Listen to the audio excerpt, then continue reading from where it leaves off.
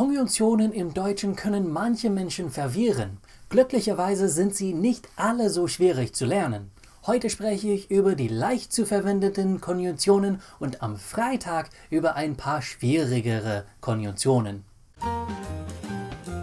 Wenn man eine Aufzählung bilden will, kann man die Konjunktion und verwenden. Zum Beispiel: Du bist klug, talentiert und schön.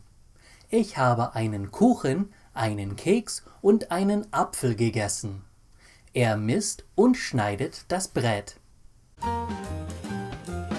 Wenn nur eine Sache der Liste als Tatsache zutrifft, verwendet man oder.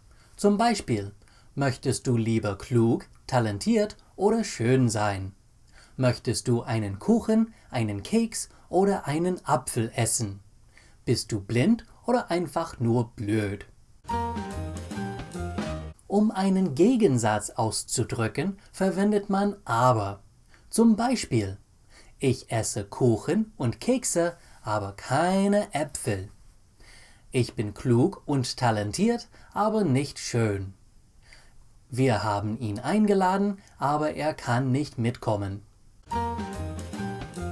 Um eine Begründung anzugeben, kann man denn verwenden.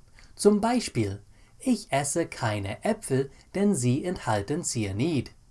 Er kommt nicht, denn er wurde nicht eingeladen.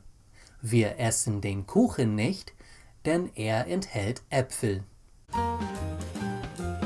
Die Konjunktion sondern kann man nach einer verneinten Aussage verwenden, um eine gegensätzliche Aussage zu beginnen. Zum Beispiel: Ich esse keinen Apfel, sondern ein Stück Kuchen. Er kommt nicht mit, sondern bleibt zu Hause. Wir laden ihn nicht ein, sondern seine Schwester.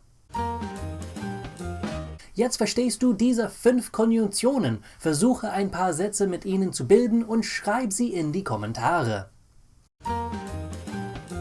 I like you, you like me. Let's take this relationship to the next level. Click that subscribe button and talk German to me.